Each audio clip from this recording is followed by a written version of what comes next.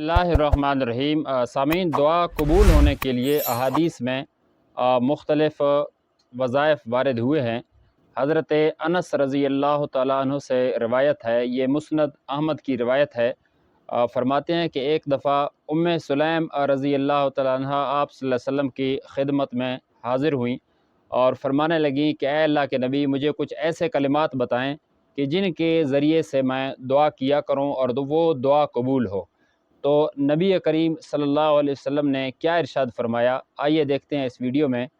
आप सल्लल्लाहु अलैहि वसल्लम ने उम्मे सुलैम रज़ी अल्लाह तआला अन्हा को ये फरमाया कि आप 10 मरतबा सुबहान अल्लाह और 10 मरतबा अल्हम्दुलिल्लाह और 10 मरतबा अल्लाहु अकबर, ये तीनों चीज़ें पढ़ें और उसके बाद अल्लाह तबारक व तआला से दुआ करें और अपनी हाजत मांगें। तो अल्लाह तबारक व तआला ख़ुद इरशाद फरमाएंगे। ये हदीस मुबारक के अल्फाज हैं कि आप सल्लल्लाहु अलैहि वसल्लम ने फरमाया कि अल्लाह ताला इरशाद फरमाएंगे, मैंने तुम्हारा काम कर दिया, मैंने तुम्हारा काम कर दिया।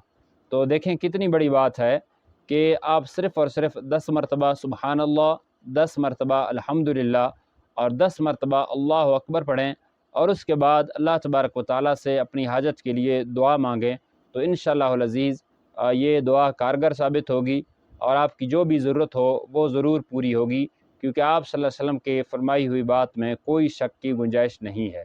तो मैं उम्मीद करता हूँ इस मुख्तसर वीडियो में आपको मेरी बात समझ आ गई होगी। अगर आपको बात समझ आ जाए और वीडियो अच्छी लगे तो इसे आगे शेयर करना और हमारे चैनल को सब्सक्राइब करना बिल्कुल ना भूलें।